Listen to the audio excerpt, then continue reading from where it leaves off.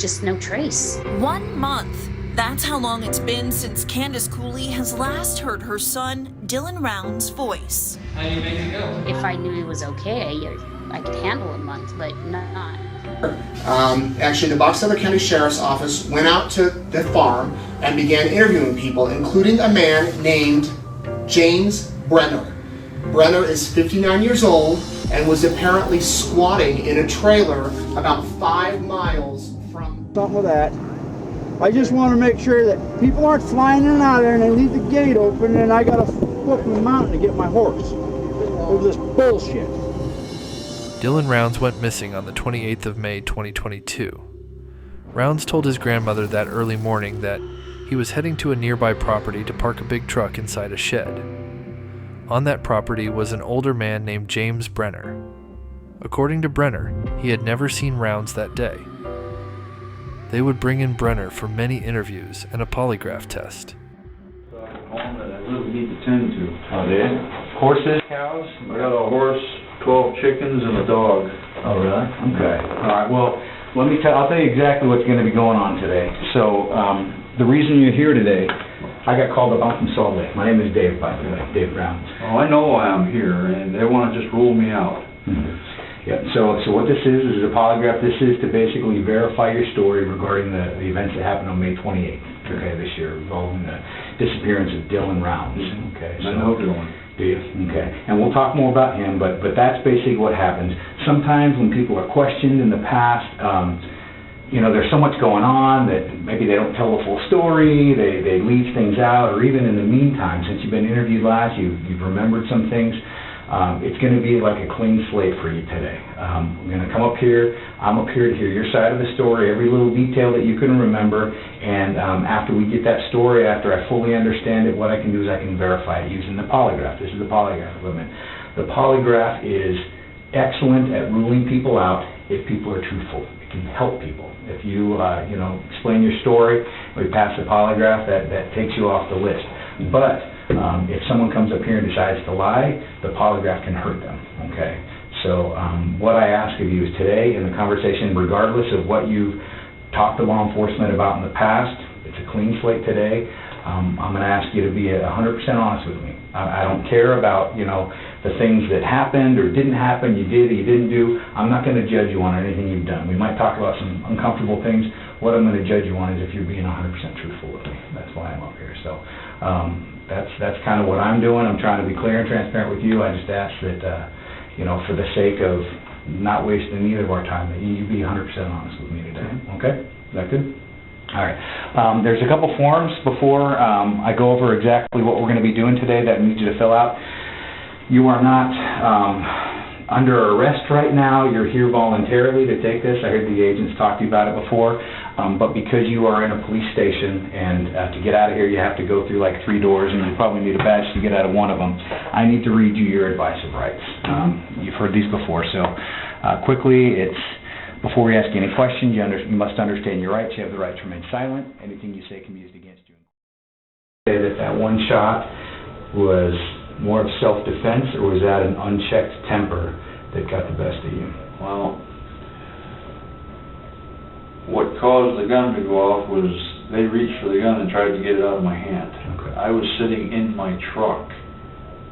They were reaching in my truck to get, and the gun only went off once. So what do you think? So it doesn't sound like it was you were raging temper and just out of control. It sounds like... If they were in the truck and I was outside with a gun, I would say, yeah. But no, that's exactly how it happened. They were aggressing on you. Okay. Okay, so in this profile, where they say, people with unchecked tempers or whatever, in your past, you've never had a time where your temper has caused you to do something that you regret? No. Okay, good. So those are some of the questions that I'm just asking to see if you fit the profile. Like I said, I want to know if you're the type of person that could commit a crime like this, and we're going to talk specifically about it. If you threaten me and turn around and walk away, you're good to go. If you threaten me and you keep coming, I'm going to do my best because I support self-preservation. Which is a natural built-in thing, I think, in all of us. Yeah. Right. It's a strong I know I shouldn't be bringing this up, but this case that I gotta go deal with, that was the same thing. He was told numerous times to leave. He wouldn't. And he kept swinging at me, and I swung back, hit him, knocked him down. Third time I knocked him down, he reached for a gun.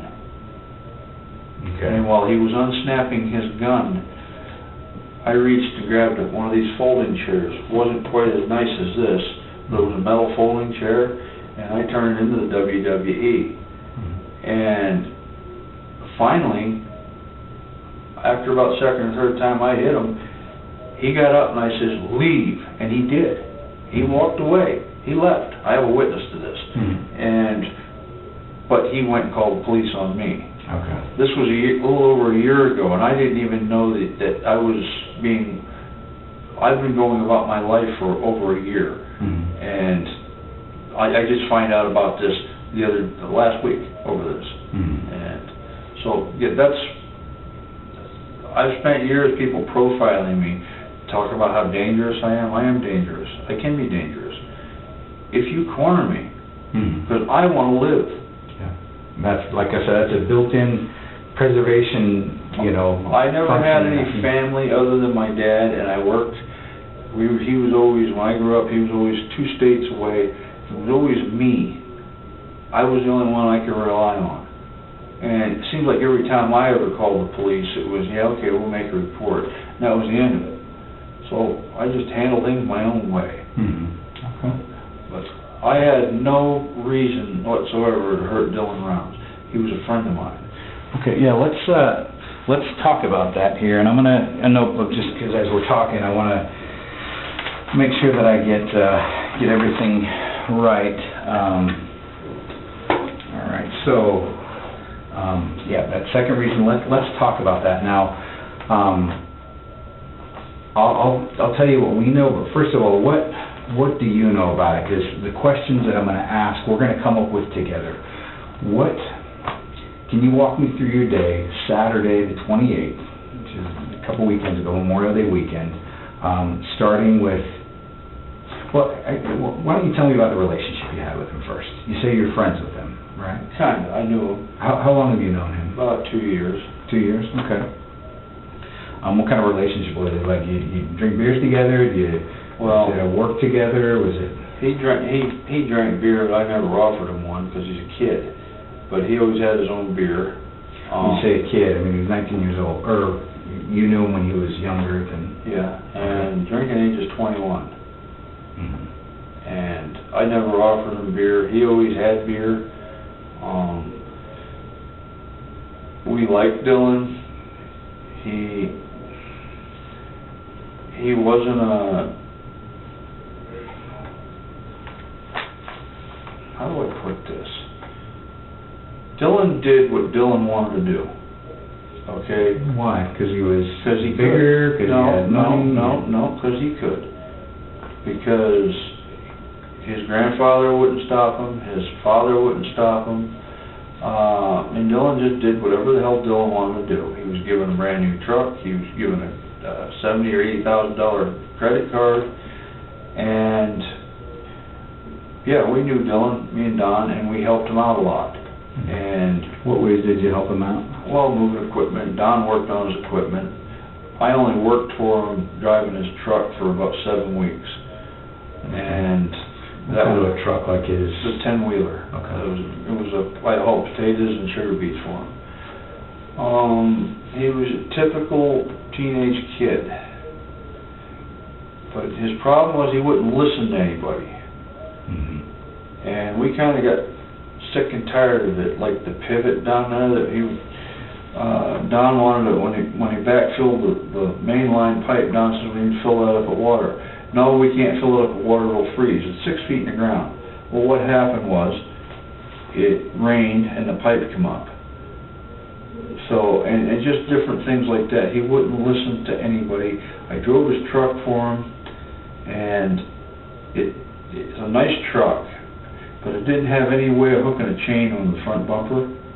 And every friggin' load out in the potato field last fall, we had a lot of moisture. I'm getting stuck. So how do they pull you out? Exactly.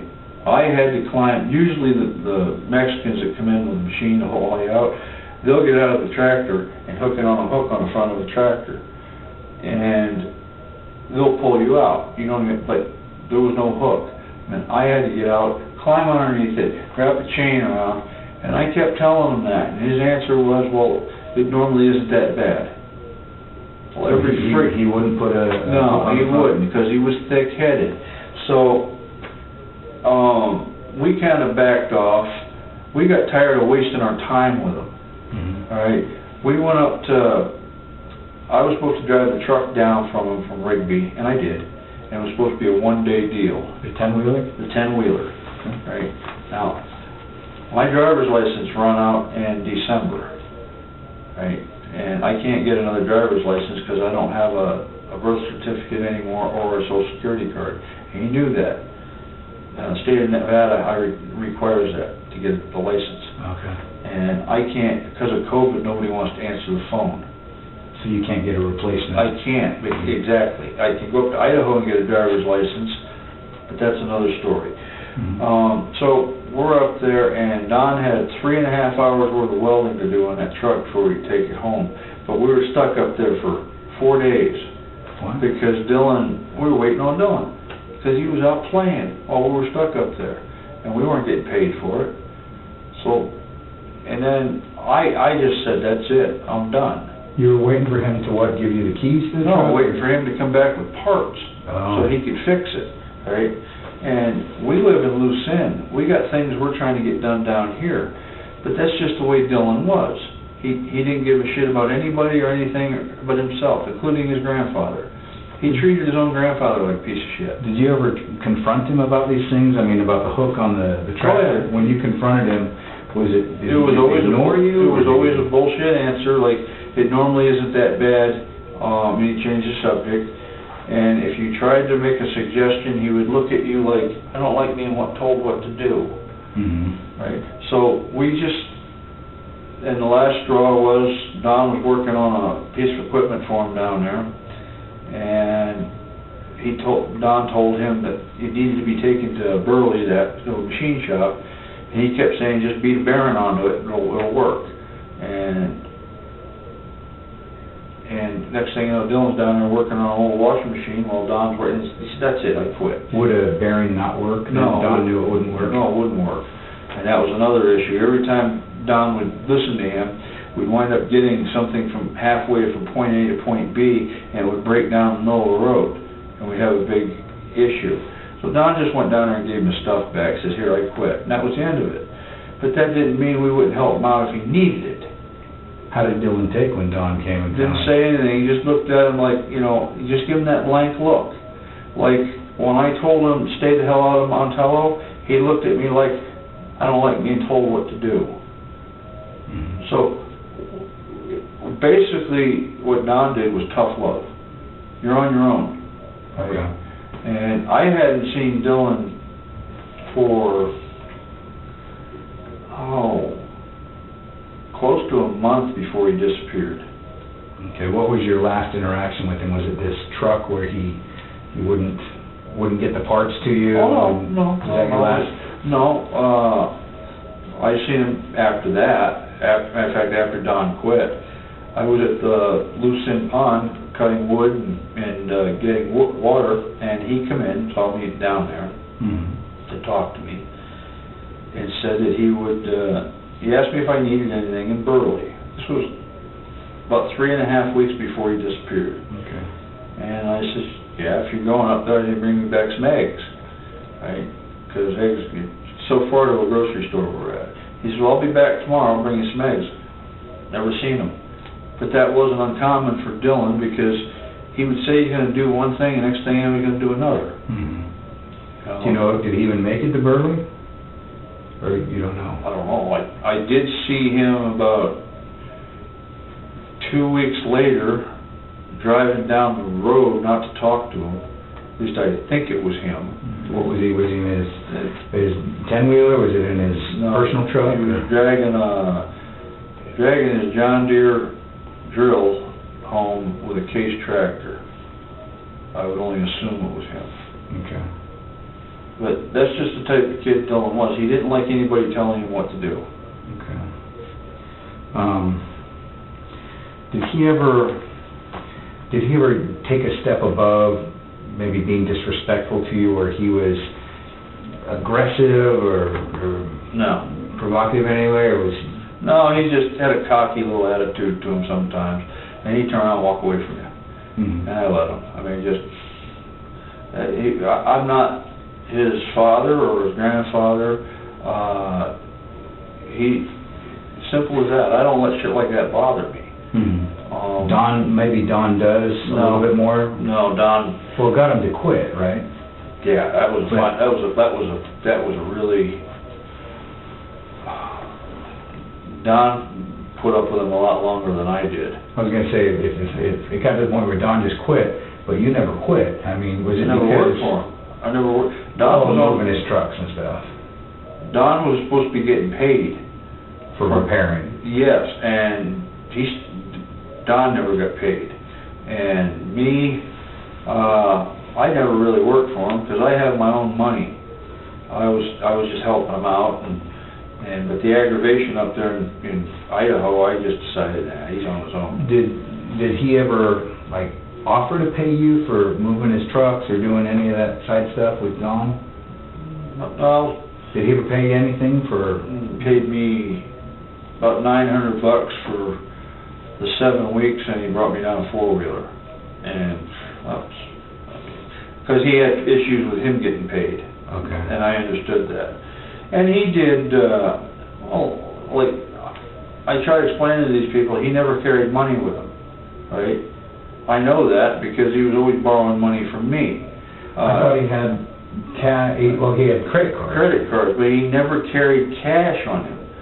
And a lot of times it would, like Don needed a door for his truck, and we went into a U-Pullet place in Idaho Falls, and it was $3 a piece for each one of us to go in to get the door. And he didn't have cash? He didn't have cash, so I paid for it. But on the way home, when we got gas, he filled up my gas can. Okay. So it was, I'm not saying that he owes me money, he always, but he never carried cash on him. Okay. He always he had 2 or 3 credit cards with him. In small towns, sometimes credit cards aren't much use, except for gas stations. Yeah, well, that's like in Montello. Well, he doesn't go to the gas station in Montello, but the gas station in Grouse Creek, he would go up there, and that's the only way you pay for your gas is with a credit card. Mm-hmm. And matter of fact, he bailed me out a couple times that way because I didn't have cash on my debit card, and all I had was cash in my pocket, so he got me some gas. Okay. So it seems like he was a good guy, helped out, but just very kind of absent-minded and maybe a little bit cocky sometimes. Well, nobody ever paddled his ass when he was a kid. If I treated my father or my grandfather the way he treated them, I wouldn't have been able to sit down for a week. Mm-hmm. But, I mean, he swears his grandfather's the nicest guy he ever wanted to meet. But he's just got a cocky attitude. And how does he treat his grandfather and father? Like shit. Just like shit. Yell? Or yell, scream. Not so much as his father's the same way, but he basically ignores his father. Of course, his father will tell you different. Do you know his father and grandfather? I know his grandfather. Yeah. I've been around his father a couple times, and he's not a bad guy in his own way. I mean, he's got 3 or 4 businesses up there. You gotta be the way you are. But but I've been around Larry. You couldn't ask for a nicer guy. And when he found out his grandson was drinking in the bar, I thought it almost killed him. Oh, really? Yeah. He's a Mormon, and he only drank once in his life, and it was by accident. All right. He was something in his drink? No, a Mexican restaurant, and he ordered something that said cola on it, and he thought he was getting a Coke, and it had some kind of something in it. Coke and rum or something? Yeah, totally screwed him up. I wasn't there, but I heard about it. But no, Larry hasn't got a mean bone in his body. He's a real nice fella. Okay. All right, so good. Well, it sounds like your relationship with Dylan was, you kind of kept kept calm when he was being, you know, his cocky little self or doing whatever. But let's talk about The one time I come that close to turning him over my knee was last summer. we'll talk about that. I've been trying not to bring this up. We were over there I wasn't living at the farm at the time, my horse was over there, and Don needed water, and we had a generator over there, we were pumping water. Well, I had moved my water trough to another area, so it was out of the wind and the dust and stuff, and me and Don were sitting there having a beer on a hot day, and my horse come trotting in, so I said, I better go get him and lead him over, show him where the water's at. Well, I was right in a tight area where between the trailer, the water tote, and the barn, and Dylan come flying down the road in his semi-truck, doing about 55 mile an hour coming down the driveway, and my dog ran out and started barking at him. He laid on the air horn, and I almost got trampled by my own. You were out there? No, my dog went out to the road. He shouldn't have been going fast in the first place, but he drives like a nut. My dog went out, he blew his air horn at the dog. I'm pinned in between the barn and the trailer with my horse, and I almost got trampled by my own horse. And I come unglued, and I started yelling at him. Was he in the truck still? Did He stop? just got out of the truck, and he's standing up on the side, he's looking down at me, and he goes, and you ought to know better that yelling at me does absolutely no good. Did he know that you're yelling because your horse and your dog were... In Dylan's mind, he don't give a shit, okay? Dylan does what Dylan does. That's why I think he's in the mess that he's in. And Don says the veins were sticking out of my forehead, kind of like I remember my dad used to when I do something wrong. And I looked at him, and I just turned around and walked back over where my cold beer was waiting, because I knew that just like he said, yelling at him does no good. But I can't imagine if he's sitting up there, you're yelling at him, your horse almost tramples you, your dog almost gets run over. Do you just yell at him for a little bit and then you just stop and walk away?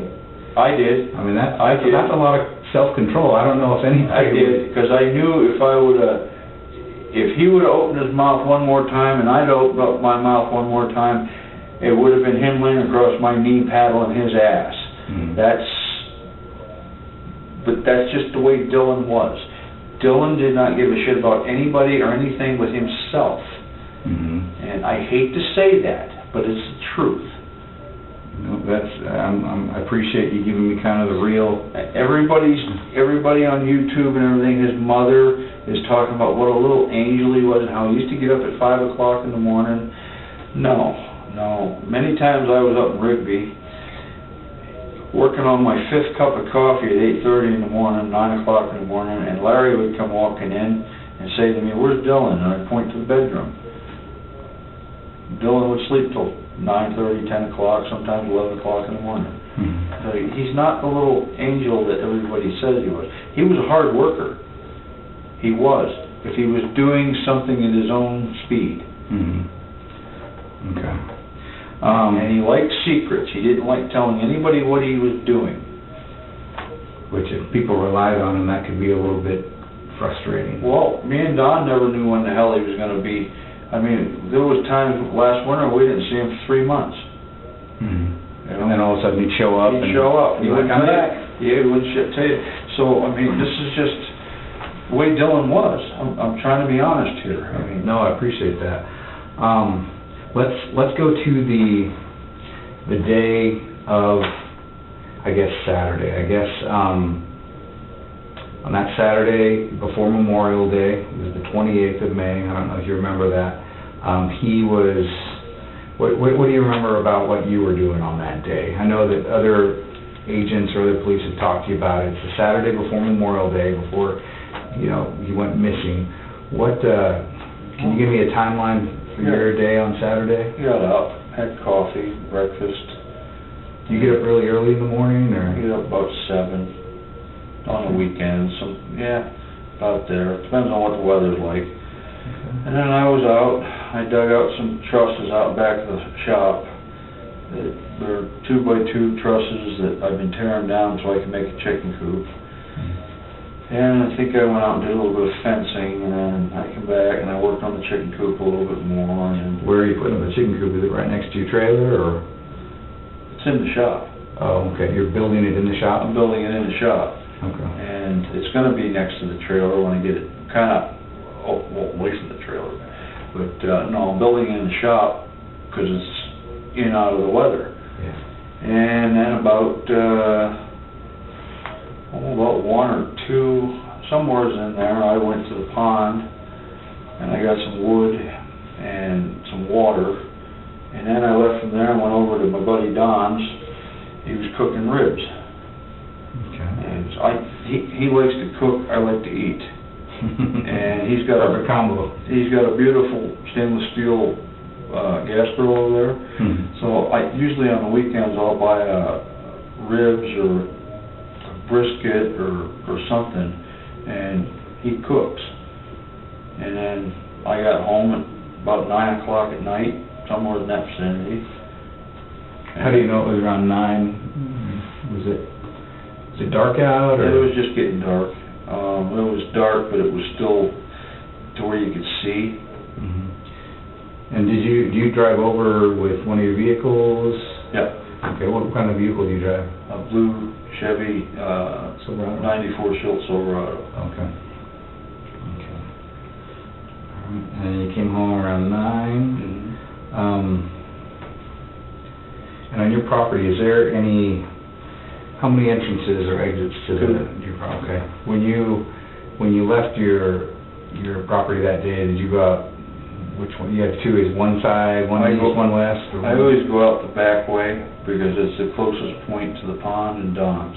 If I go out the front way, it would be 8 miles out of my way round trip.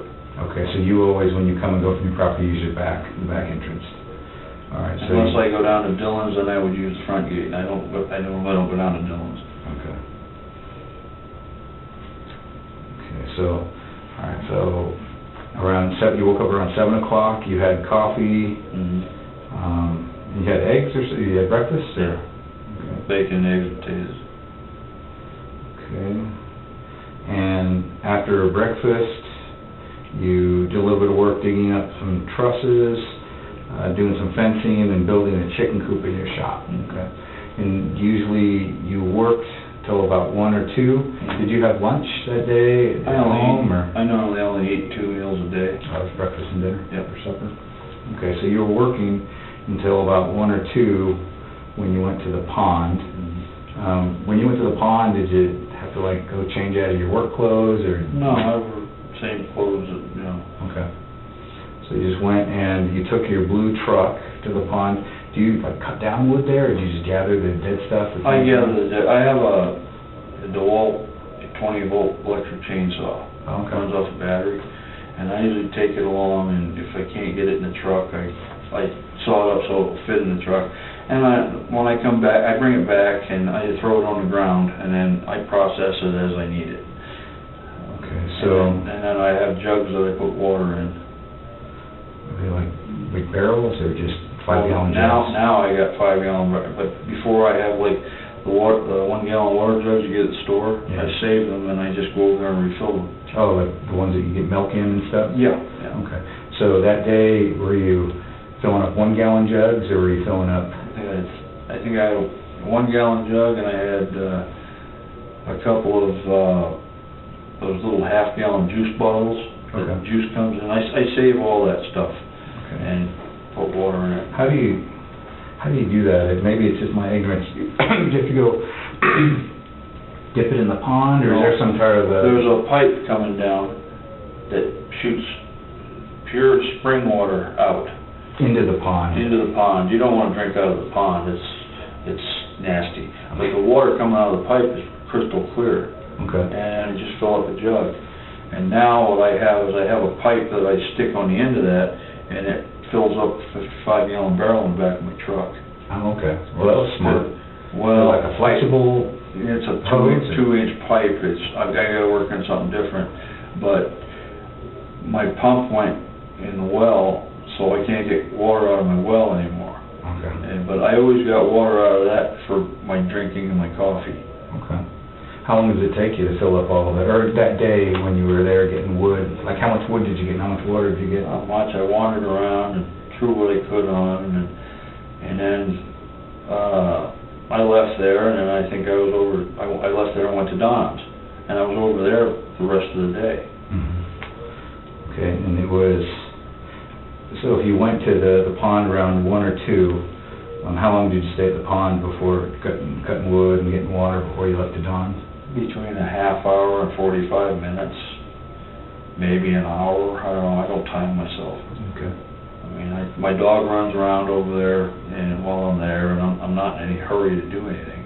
Was your dog with you that day? Yeah. On Saturday? Okay. She goes with me everywhere I go. What kind of dog is it? Golden Retriever. Oh, nice one, huh?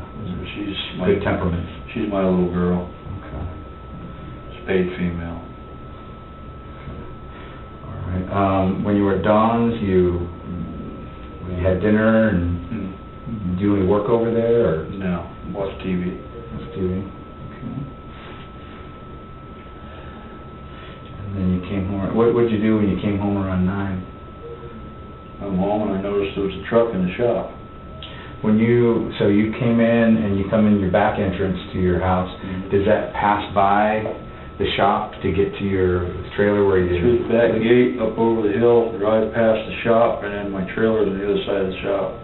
And I saw the nose of the truck sticking out of the shop. Did that surprise you, or? No, because Dylan doesn't like telling anybody. I had the gate locked, but that doesn't mean anything. Would he have come through the back gate or the front gate? No, he took the wire off of the post and slipped the chain off of it so he can get in and back the truck in, and he knocked out my stall for my horse. He moved all my stuff that I had in the shop out of the way, backed the truck in, and then he left. But he did close the gate when he left. Did he come through the front or the back gate? Come through the front. So he came in through the front gate and left out. And you know that because the front gate was messed with? Or? The next morning I went up there just to see if he closed the gate. That's the reason why he doesn't have a key, because he likes to leave gates open. Mm-hmm. And I went up there, the gate was closed, but the chain was dangling there with the lock on it. I could see where he undid it and slipped the post out. And there was 2 sets of tracks. The truck coming in, and there was a set leaving. So how would he normally do that? If he drove the 10-wheeler and parked it in the shop, how would he have another vehicle to leave? I have no idea, because Dylan doesn't communicate with people. If you don't believe me, ask Don or Kurt Wadsworth, because they both had the same problem with him. He just comes and goes when he pleases. He doesn't like to tell people what the hell he's doing. Did you ever tell him, like, hey, if you're coming to my property, let me know, you know? Yes, I did. I'll unlock it for you. Yes, I did. I told him numerous times to text me the night before, because I get flooded with spam on my phone, and I'll read a text. I got better things to do than sit there for 10 minutes going through who called me. And everybody texts me. In fact, the FBI agent did, and he texted me, and I finally got his text 2 hours later on the way here. I showed it to him. But Dylan didn't text me. He called me at 6 o'clock in the morning, and I never heard the phone, because sometimes out there the signal travels around, but it just comes up, my phone purrs, it doesn't ring. Oh, really? Yeah. So do you think, did he call or text that morning? Called. He called to tell you? And I didn't know it until the next day, really. Oh, so you didn't answer the call? No. You just saw that he tried calling at 6 in the morning? Yeah. Okay. Did he try, if you asked him to tell you the night before, did he try to call you or text you the night before? No. Friday? No. I hadn't talked to Dylan for over 3 weeks before that. Okay. I didn't know what he was going to do. I didn't know what he had planned. If I did, I would have moved all my stuff out of the way. Instead of him backing into it all? Yeah, but he just takes things on his own, and he does whatever the hell he wants to do. If his truck was there earlier in the day, would you have seen it? No. Like when you were doing your trusses? Oh, yeah. Building your chicken coop or whatever? I mean, you're building your chicken coop in the shop, so if his truck was there earlier in the day, you would have seen it. Noticed it. You would, and even when you were It would have had to have been done between the time I left and 6, 7 o'clock at night. Mhm. Okay, because in the morning you were working, you didn't see the truck there, and you would have, because you passed the shop, and then you left for the ponds between 1 and 2 p.m. Well, I would have seen it. I'd have heard it drive by. Yeah. Okay, and then you were gone from about 2 o'clock to the ponds. Did you come back after the ponds to your house to drop off the wood and water? No. Or did you go straight to Don's house? No, I went straight to Don's house, because the pond is halfway from my place to Don's. Okay. So there's no sense in me, gasoline's an issue out there. Yeah. So I went out there, and then when I come home, I figured I'd unload it in the morning. Okay. You just kind of left everything in the back of the truck and came in? Matter of fact, the wood's still sitting there. Mm-hmm. Well, the wood's still sitting on the ground where I threw it. When you saw the truck there, when you came home that night, what went through your head? Did it make you upset, or was it just like, oh, Dylan? You try to reach out to Dylan to ask him No, what's going on? we just expect this from Dylan. You can't fix it. As simple as that. He's going to do what he's going to do. Okay. And when you say, when you went out to fix the front gate, you said was Dylan left it with the chain. I immediately went out to see if he left it, if he closed it, because I don't want my horse running all over Boxelder County. And it was closed? It was closed. But it wasn't locked? Okay. And did you say you saw a couple sets of tires? There was a set of tire tracks leaving. Okay. Was it like dual axle, like the... Kind of looked like dual, but it could have been just the way they were driving. I don't know. I don't know anymore. I told the sheriffs this over and over, and it looked like dual wheel. Okay. And it was just kind of leaving through the gate that you saw the tracks? Yep. And I didn't think nothing of it, because like I said, Dylan doesn't tell anybody anything. And then later on that day,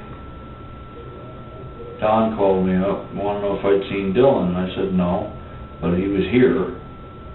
And he said, well, they're looking for him. So Don came over to pick me up. We went out through the front gate, went down through to his place. This was on the Sunday, the day after? Or a few days after? Yeah, it was Sunday.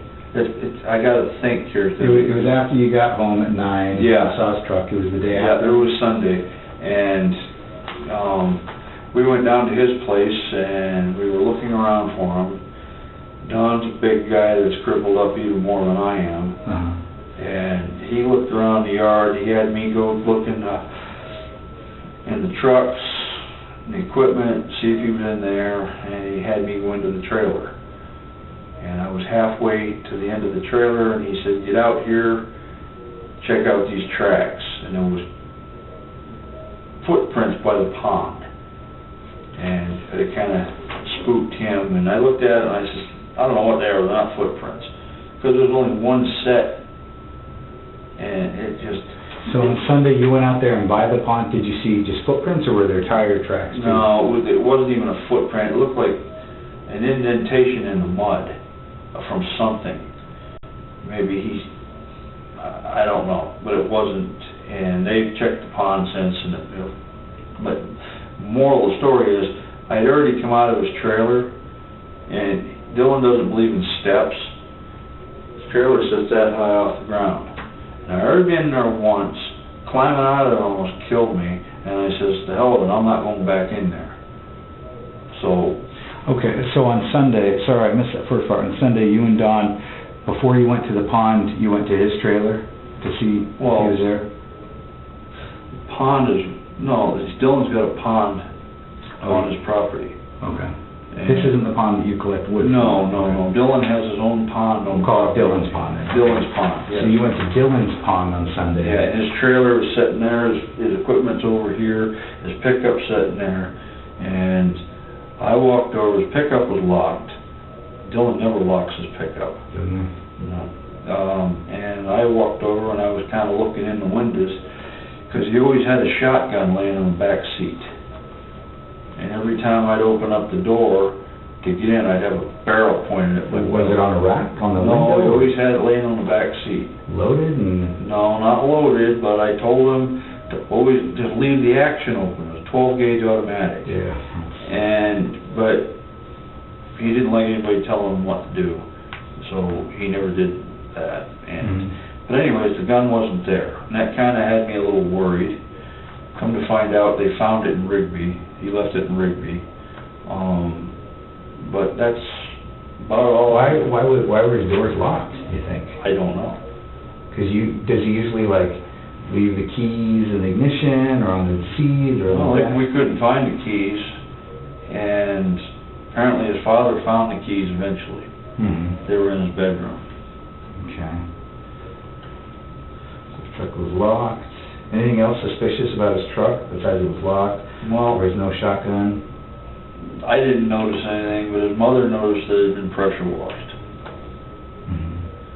And the wheels were pressure washed, but underneath the wells weren't. It's all over YouTube. They got pictures of it. Okay. And Dylan does have a pressure washer down there, but... Did you guys at all go in the trailer looking for him to see? I did. Okay. And I got almost to his bedroom where I could see in on the bed, and that's when Don called me out to go look at that track that's down there.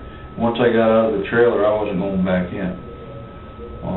It's hard on my ankles doing that shit.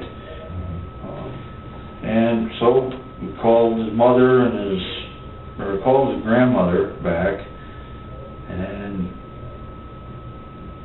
then everybody started coming down, I think, the next day.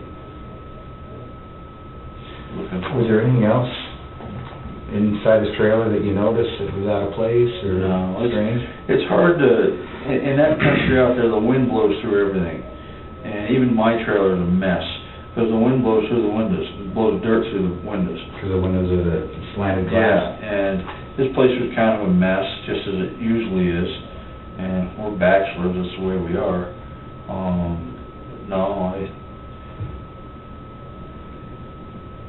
Nothing looked out of place except for his truck was locked. Which is strange because he never locked his truck. Never locked his truck. Even when we go to Idaho, he'd have his gun laying on the back seat. And he'd leave his truck unlocked with the gun in the back seat? Yeah, and I told him one day, his father gave him a .40 caliber 6-hour pistol, right? And they come in a box that says 6-hour on a black hard case box. Well, he had the gun locked in the console and the magazine in the door. Okay. But he had this box sitting right on top of a pile of stuff in his back seat. And I said to him, I says, Dylan, you realize if somebody walked by and seen that box, they'd probably break your window to get it, thinking it was a gun. And his answer was, I'm not going to live my life in fear of what might happen to me. It sounds kind of overconfident, like you say, he does what he wants.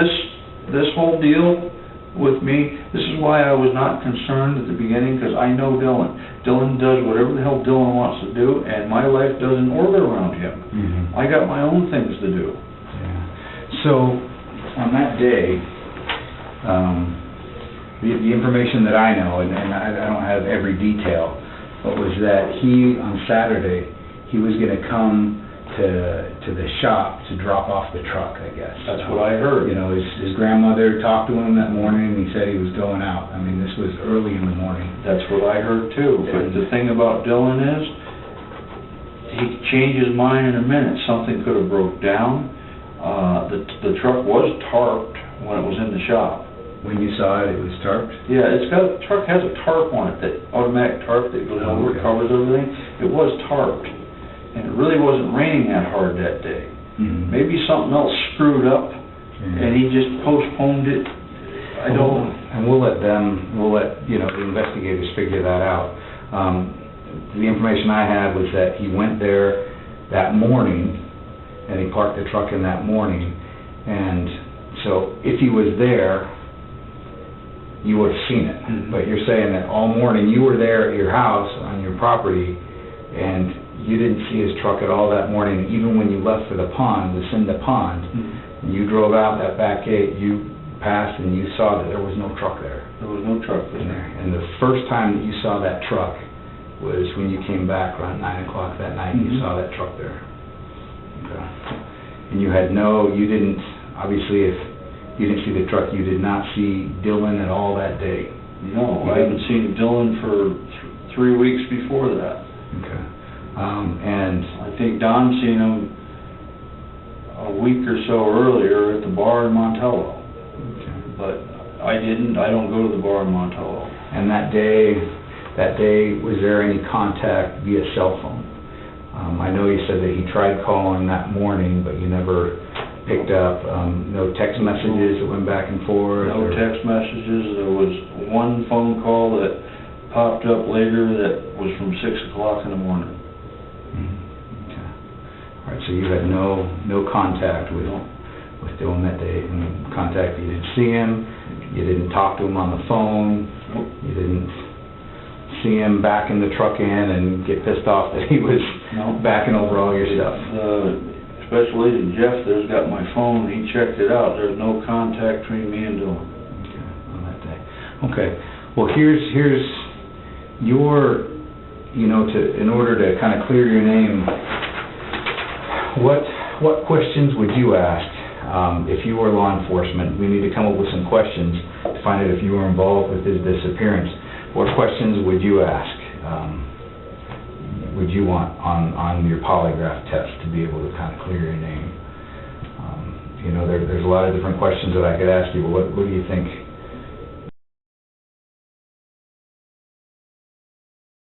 Very good. As I'm looking at it here, you were able to hold still.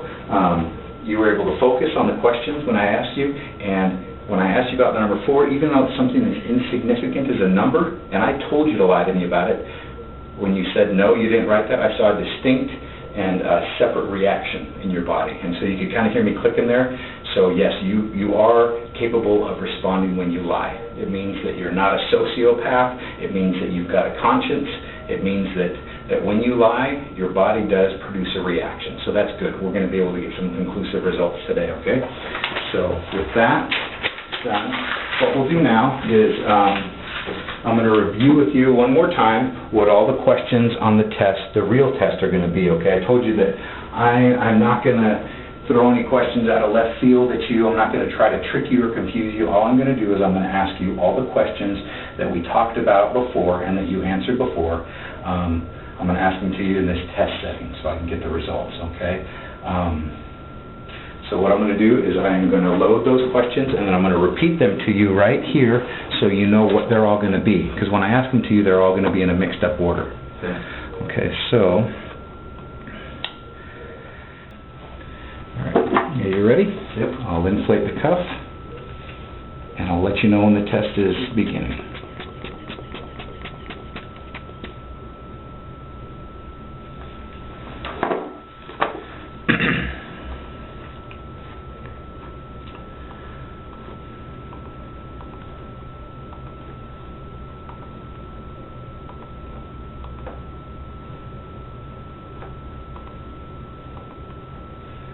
This test is about to begin. Please remain still. Is the door closed? Yes.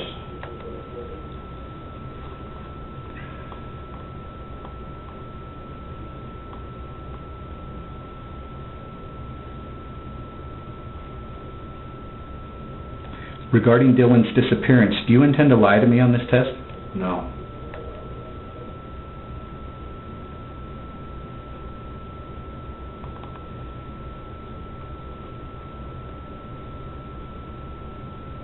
Prior to this exam, did you sign a consent form? Yes.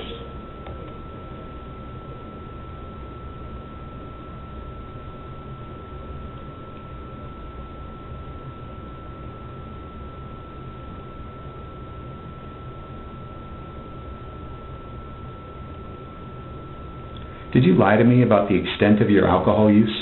No.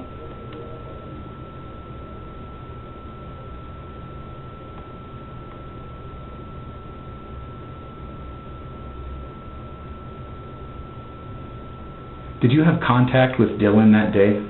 No.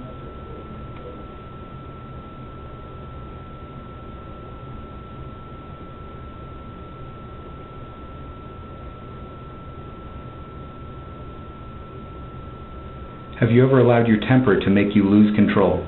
No.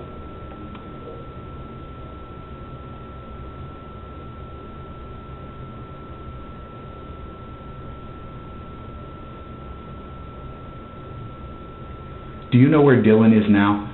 No.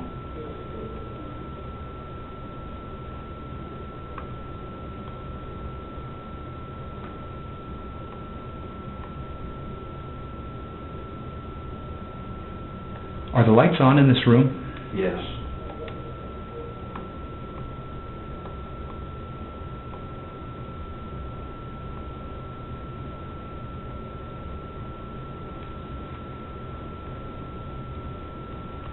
This test is now over. Please remain still for another moment.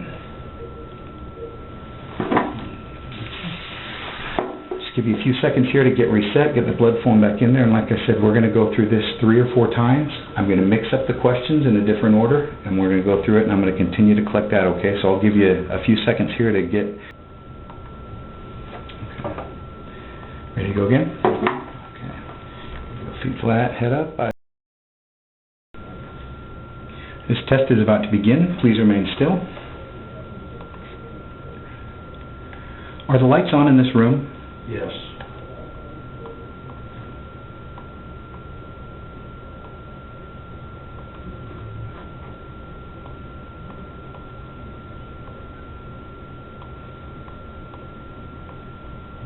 Regarding Dylan's disappearance, do you intend to lie to me on this test? No.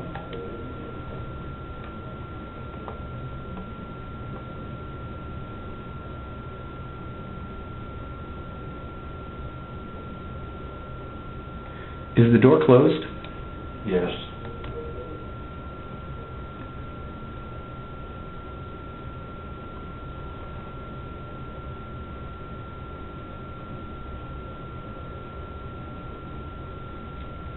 Did you lie to me about the extent of your alcohol use? No.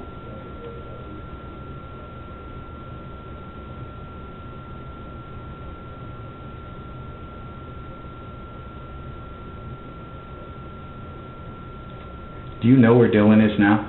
No.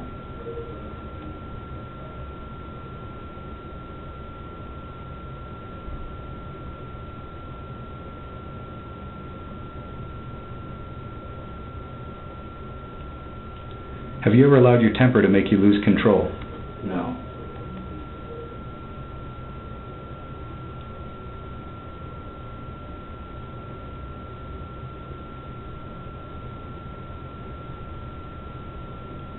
Did you have contact with Dylan that day? No.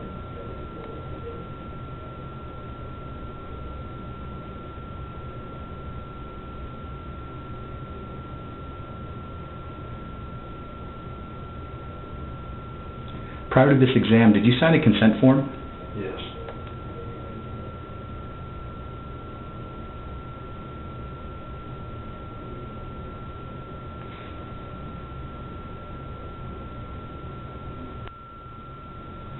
This test is over. Please remain still for another moment. Go ahead and move your hands, get the blood flowing. Review your chart.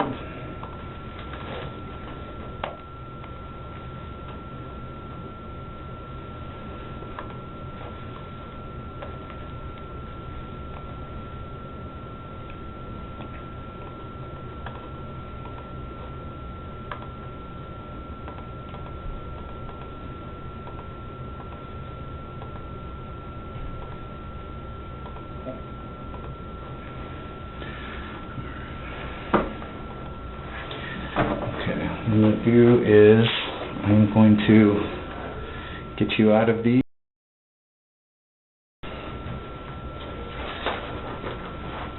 Let me tell you, Looking at the results here, I'm seeing major responses to the questions about Dylan, but I'm also seeing minor responses to the question of if you fit the profile, okay? Minor response to that. What I'm saying here is that we've talked for a long time. We've been in here for, over an hour talking. And you talked to me about your relationship with Dylan. You've talked to me about the kind of person you are. You've been honest with me about your criminal background and, the different things in your life. I know there was some involvement with you and Dylan.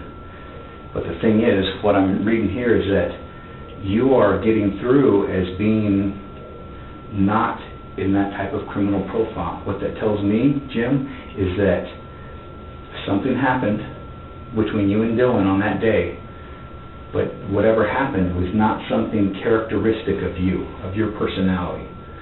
It means that something happened, in my mind, very not planned. You didn't wake up that morning thinking, something's gonna happen, I'm gonna do something to Dylan that day. You didn't wake up like that, but something did happen, okay? I'm 100% sure there was some contact and that something did happen, but it's not characteristic of you. And that's why what I want to do is I want to sit and I want to talk about what caused that uncharacteristic interaction between you and Dylan on that Saturday. I think you're wrong, and I think this whole thing was just bullshit to set me up. Let me tell you this. What I'm telling you is I don't think that you are some bad guy that goes out and hurts people. I don't think you're someone that goes and does that. What I'm saying is the exact opposite. On the questions I asked you about whether you fit the profile, you were just fine. What that tells me is that you are a good person, not criminal nature. You don't do this all the time, but something did happen that day on Saturday. Nothing happened. I think something did, and we just need to talk about what it was and what the circumstances were, okay? I'm not saying that you're some type of a bad person. What I'm saying is something happened that we need to explain. We need to get to the bottom of. There's a lot of different reasons. I think this whole thing was set up. I think I was brought up here. It's not a setup. It's not a setup. And I'm the low-hanging fruit is what it is. Okay. You can come on in. Yep, come on in.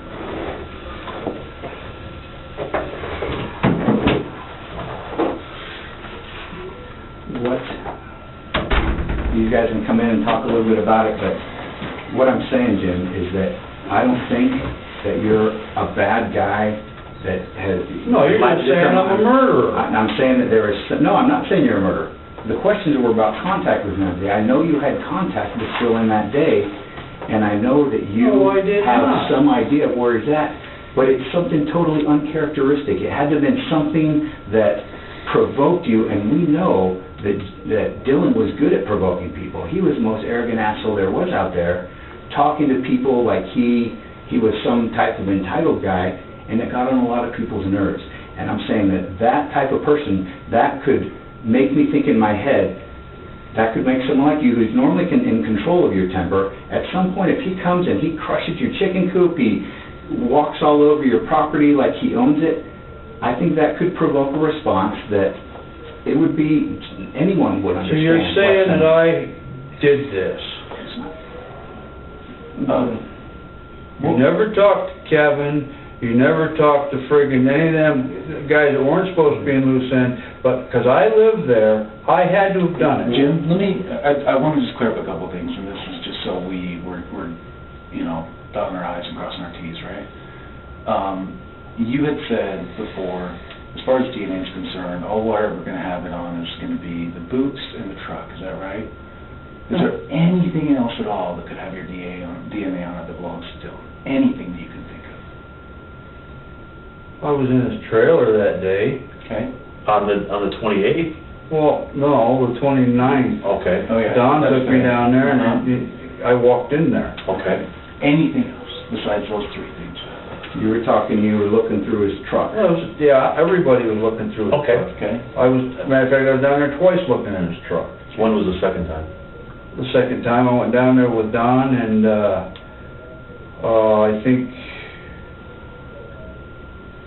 I think Larry. Okay, Okay. all right. Nothing else that you can think of? Well, I was on his cab over, Okay. his white cab over truck. I climbed up on his tractor. What about his phone?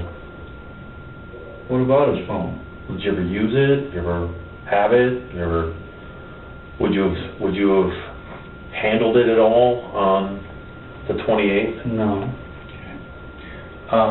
When on the 28th, besides you, did you personally witness anyone else on your property? No. Besides, obviously yourself, did you witness a single other person on there? And would it be fair to say that you would know if somebody else was on your property, right? No. I had the gate locked. The south gate. Do you lock the north gate as well? Yeah. Okay. Gotcha. Is it the same key? Yeah. Okay. And when you left in your blue truck, did you have anyone with you? Nope. Any other vehicles in the area that you saw? On the property? Not on the property. Okay. And when you're going to the pond, because you go out the back gate, right? And you go to the pond. Did you see anybody on that drive? Did you see anybody at the pond? The pond's fairly small. I think if you... Yeah. Never seen anybody at the pond. Okay. What about on your drive there? Somebody might have drove by me. I don't pay attention. On that back road to get to the pond? No, on the going to the pond. Well, you go the back way, right? Yeah, but it comes out on the other road. But it doesn't come out, you're not on that road for very long. I mean, you can... No. Okay. When you're at the pond, where exactly, I think maybe you mentioned it earlier, were you over where you get your drinking water, Yeah. that spout? Okay. Were you anywhere else on the pond? Yeah, I was down there where there's firewood. Okay. So when I talked to you the other day, my days are blending together, on Thursday, I said I liked you. And I want to explain to you why I like you, okay? Jeff and I have been doing this a long time. I imagine he's been doing this a long time too. And we've talked to a lot of people in that time frame. Some of them have been really bad people. When I say bad, I mean like the kind of people that kidnap, rape, and kill kids. Okay? And I don't think, unless there's something I don't know about you, I don't think that's... But I'm the only guy sitting here talking with a lie detector. Well, honestly, if necessary, we will put every single person we can on this. So the fact that you came down and did this speaks to, like, it's incredibly helpful to this investigation. The problem is that you're being deceptive. And like I told you when I first met you, I wasn't going to lie to you, and I haven't lied to you, and neither is anybody else in this room. But I'm going to tell you a couple of things, okay?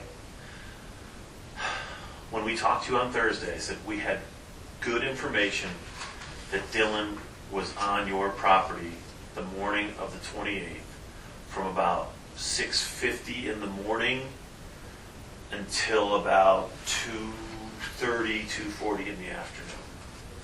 And the reason we know that is because he had called you the night before, on the 27th, around 6:30, 7 o'clock at night, because, and that was, yeah. And he talked to me? No, it was a missed call. Yeah. It was a missed call, and that kind of goes against your protocol. If you want to get a hold of me, text me, because... You don't answer your phone.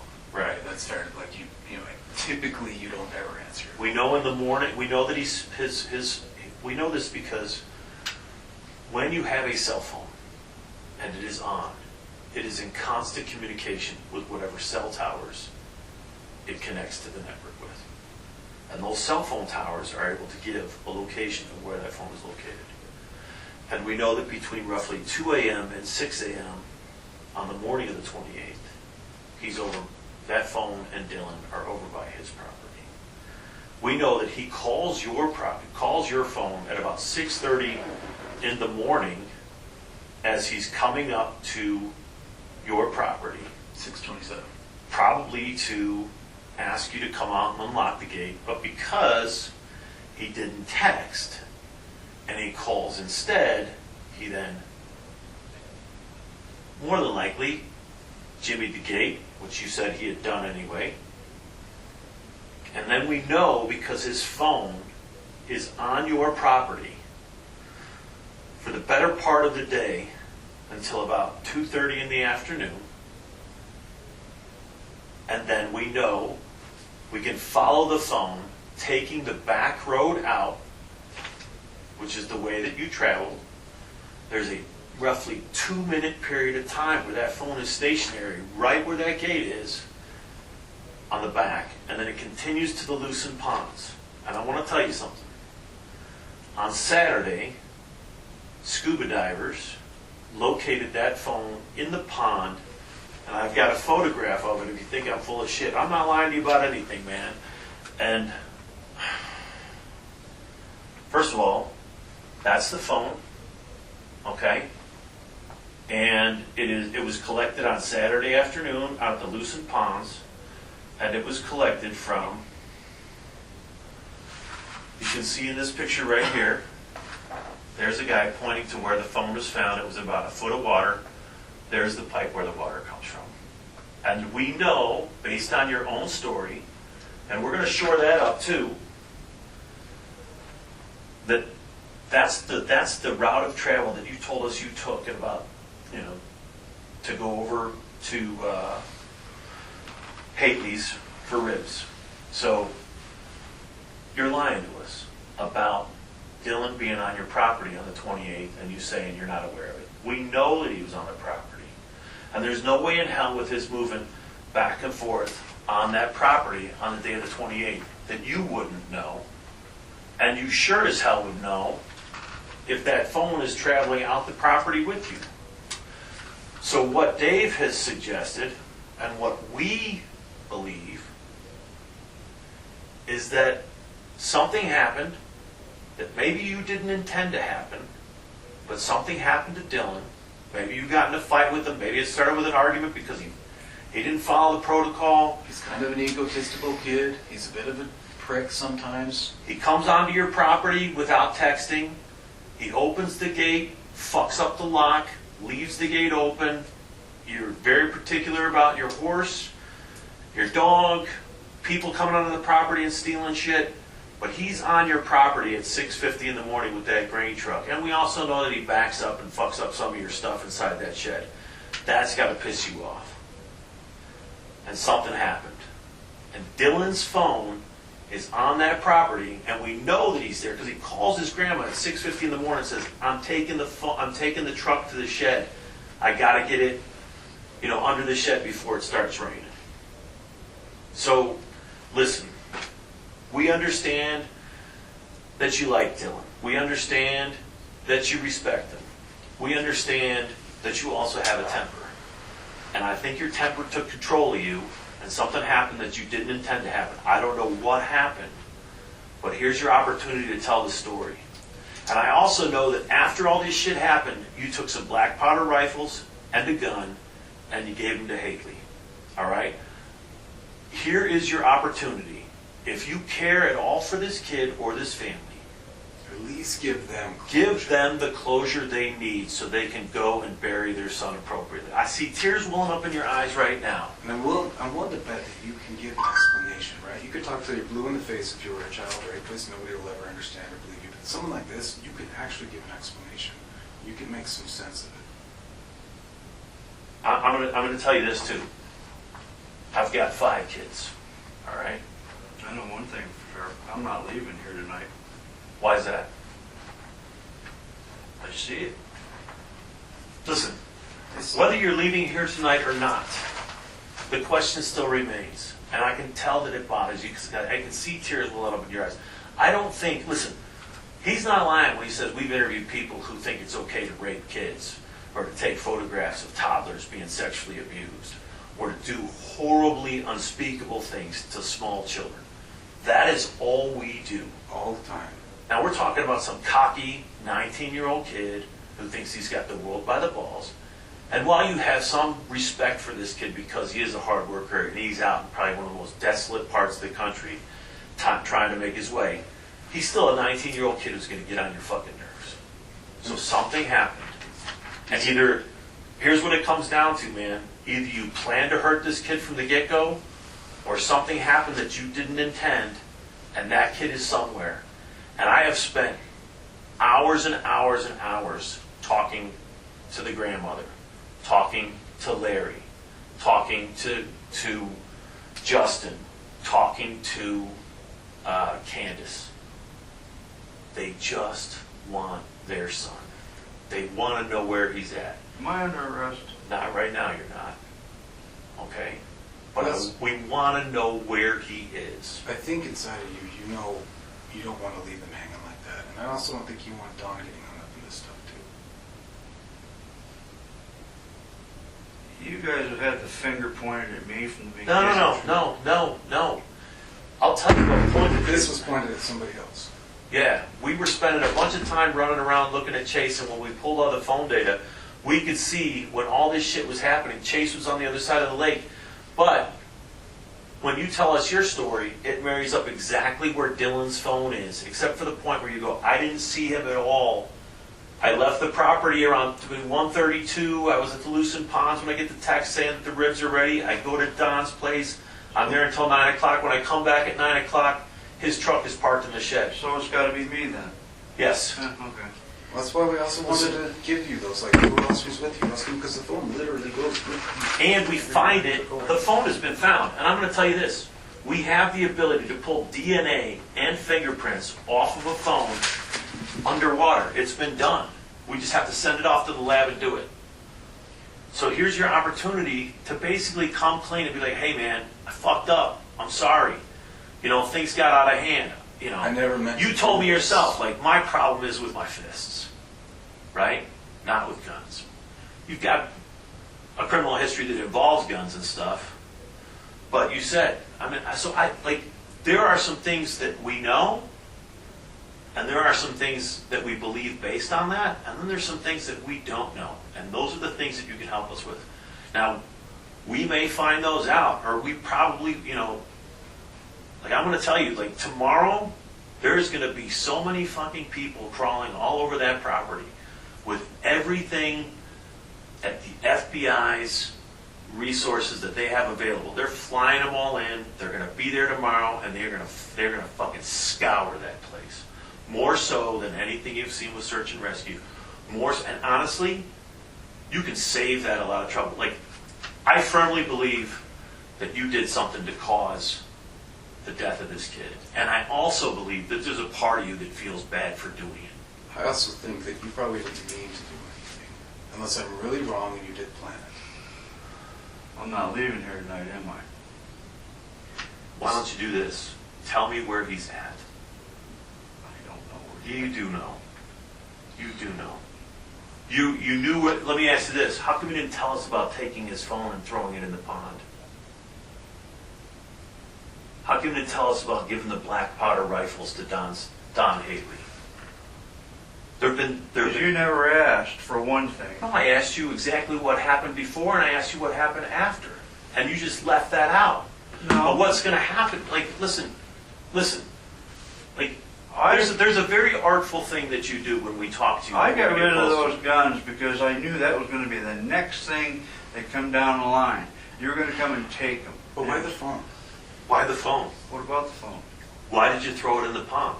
Did I? Yes. Yeah, I mean, it follows you telling me, hey, Jeff, John, this is where I went, this is what I did. Why would I do that? If I threw that phone in the pond? Because you, even by your own admission, have no idea how technology works. You don't even know how to set up an email. So my guess is that if you had the phone, you're like, what should I do with this? I'll just throw it out. And then you're nodding your head yes, right? So like, you understand, like, you had that phone. You fucking threw it in the pond. You never told us about it. You lied to us about Dylan being on your property the whole morning and you knowing about it. It's just... We can see the phone follow your entire path. Why'd you throw it? I'm not talking anymore. I'd like to go home, or I'd like to get a lawyer or something. I got animals to take care of. This is bullshit. It's not bullshit. It's not bullshit. This is an opportunity. I mean, starting tomorrow when everything comes. you? No, when No, everything for starts you. coming down, this is you're able to show who you really, you're an honest guy, you didn't mean for this to happen, it's time to tell your story. When they collect all these So things... you want me to cop to this and then I could, what, get 50 years or? I want you to show who you truly are. Just... We're not even caring about that. We're just caring about getting Dylan back to the family. That's all we're really caring about. I'm through talking. Or arrest me or let me go. I'm tired. I've been fighting you guys for 3 weeks now. Well, that's fine. And you're well within your right to do those things. But I'm going to tell you this. We are going to be doing more. And we are going to be working harder to find out what happened. And if we find him without your help, it gets worse for you, not better. You have an opportunity, and I'm not asking you any questions right now. I'm just telling you. You have an opportunity to help out this family. And yes, helping out that family goes against your own self-interest, because telling us where Dylan's body is means you're admitting to doing something to him. And you know you will end up in prison for a long time as a result of that. Okay? That's within your right. You can hold that if you want to. But you're going to look like a total fucking asshole if you take that with you. And it's somebody else's narrative, it's not yours at all. Exactly. No explanation. And I don't listen. Just the killer. I don't think you're a total fucking asshole. I don't. But that's what people are going to think. You had your opportunity to help this family, and you were more concerned for your own skin. And this will, I mean, I have to think, in your mind, you thought, once this happened, a little bit of panic sets in, like, fuck, what did I do? Okay, how am I going to do this? If I make it look like this, maybe they'll just think he walked away, that he took off, that he went and did something. I don't think you expected the response and what happened. And right now, you think it's bad as far as people combing all of your property, your place and all that stuff. It's going to get a lot worse. And you have an opportunity to basically stop it. You said when we showed up at your house today, you said, I've been kind of stressed out with all the stuff that's been going on. No, that's because you have a conscience. You know what you did was wrong. You feel bad about what happened, and you're trying to find a way out of it. We just told you what the way out of it is. Now, the way out of it is going to put you in prison. There's no doubt about it. But I'm pretty certain you're going to end up there anyway as a result of all the stuff that we're finding out, the result of all the stuff. And so now, you know. Am I under arrest? What have I told you? No. Then I want to ride home. Well, I'm hungry. I haven't eaten all day. I want to ride home. okay. Would you like something to eat? Yes, I would. What would you like to eat? Something quick, because I want to ride home. Okay. I want to see my dog and my horse and my chickens. You're probably being detained right now until they're done with everything and we try to figure out what was found out there. I do know that they had cadaver dogs out there, and they hit on some spots of interest in the property. So I do know that tomorrow there's going to be a giant search of that property. Like bigger So than I'll be you've here ever seen. tonight. I don't. Tell you too, it's it's whether or not it's Jim planned this. Jim is a bad guy. Jim didn't care about anybody But himself. but himself. Or it's this is a tragedy. This is a tragedy, and there's still some good that can come out of it. Maybe not for everybody, but something good can come out of it. I either want to go home or I want something to eat. We'll get something to eat. How's that? All right? You want to pack up all your shite? And what? Do I get processed or do I get... That's out of my hands. I mean, honestly, all we wanted to do to talk to you today was to clear you on this. When we found out that you weren't clear, I mean, So we knew about the other stuff. So I'm waiting on the sheriff's department to grab me. No. You have basically told us without saying so. So I'm here. I'm not leaving this place. I don't know. We can't answer that question for you. Really, the two things we want to do is to give you a chance to explain something that could be explained, something that could be shared with people who to help them understand. And we want to get the kid back to family. Every kid deserves that. Just for the sake, I mean, just for all, if nothing else, just for the sake of decency to the family, to get a kid there. That's our objective. What do you want to eat? There's a Maverick down the road. And I think they got I think they got sandwiches and stuff out of the. Have you had anything to eat since you got here? No. Okay. I think they were supposed to grab something for you, but. Some water right now, or? Yes, I'll get you one. Be right back.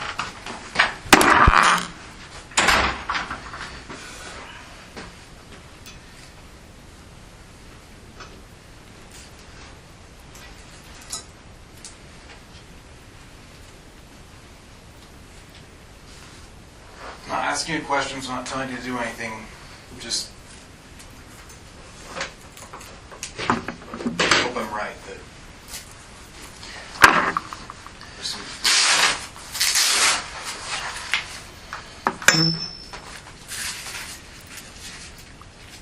Doesn't fit the profile of Brenner. That's just true sociopath. Yeah. well.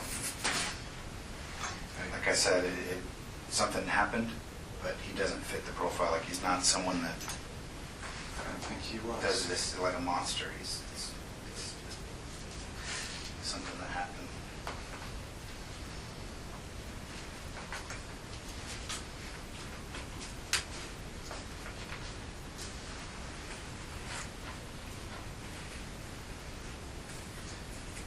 You have food out there for your dog, your golden? Good. Don't worry A about dish it. of food? All right.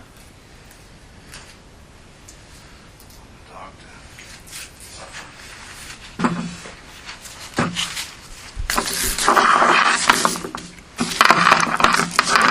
right now it's beyond anything I can do about it.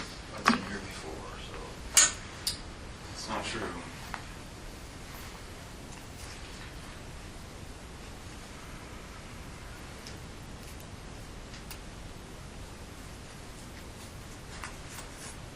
I hope in a little while we can call a family and say,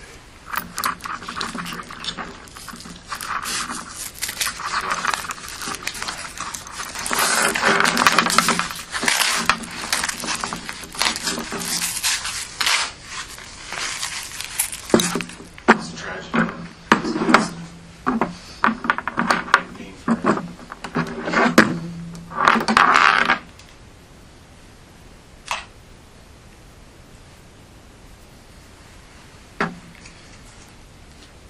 Sorry. Let me get you a sandwich, okay?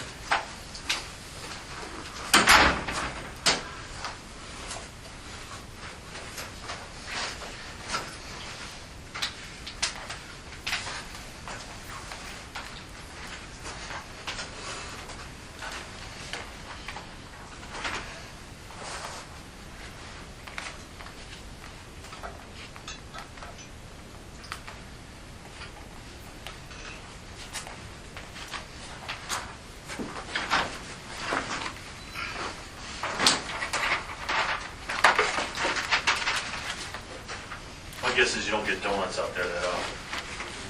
Trying to save myself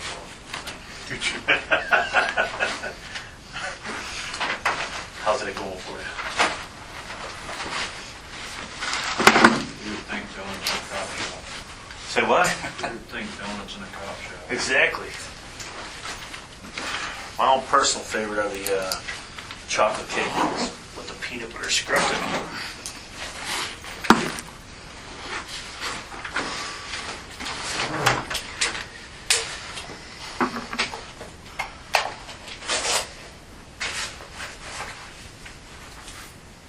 They're trying kind of gives you like a more of a substantial meal. They've got a kitchen here. They're grabbing, I don't know, maybe a sandwich or something.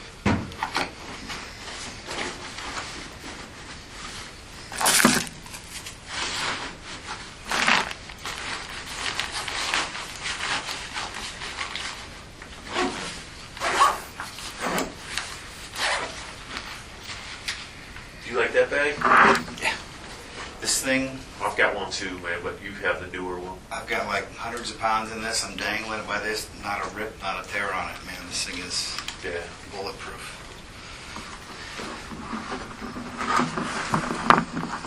You can have it. You sure?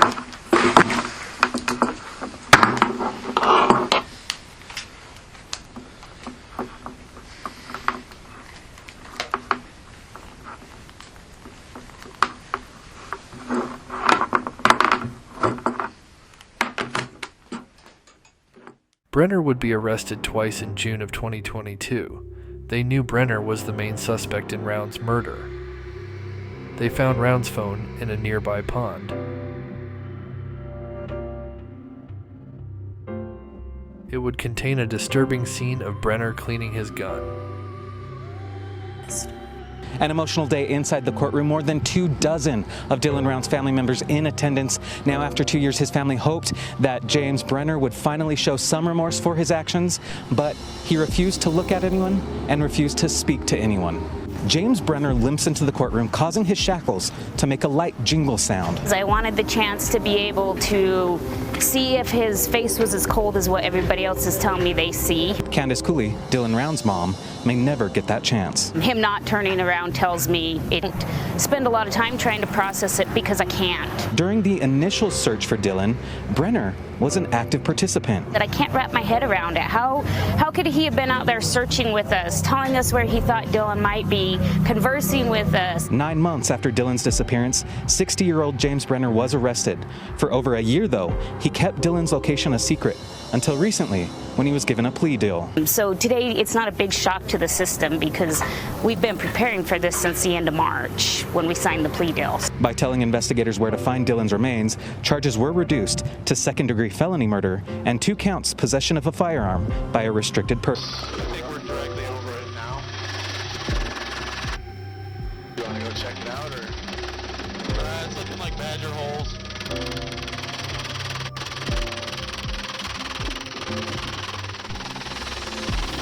Did you see those footprints that came from the road? I did. But a week-old footprint. I don't know who would see it, maybe.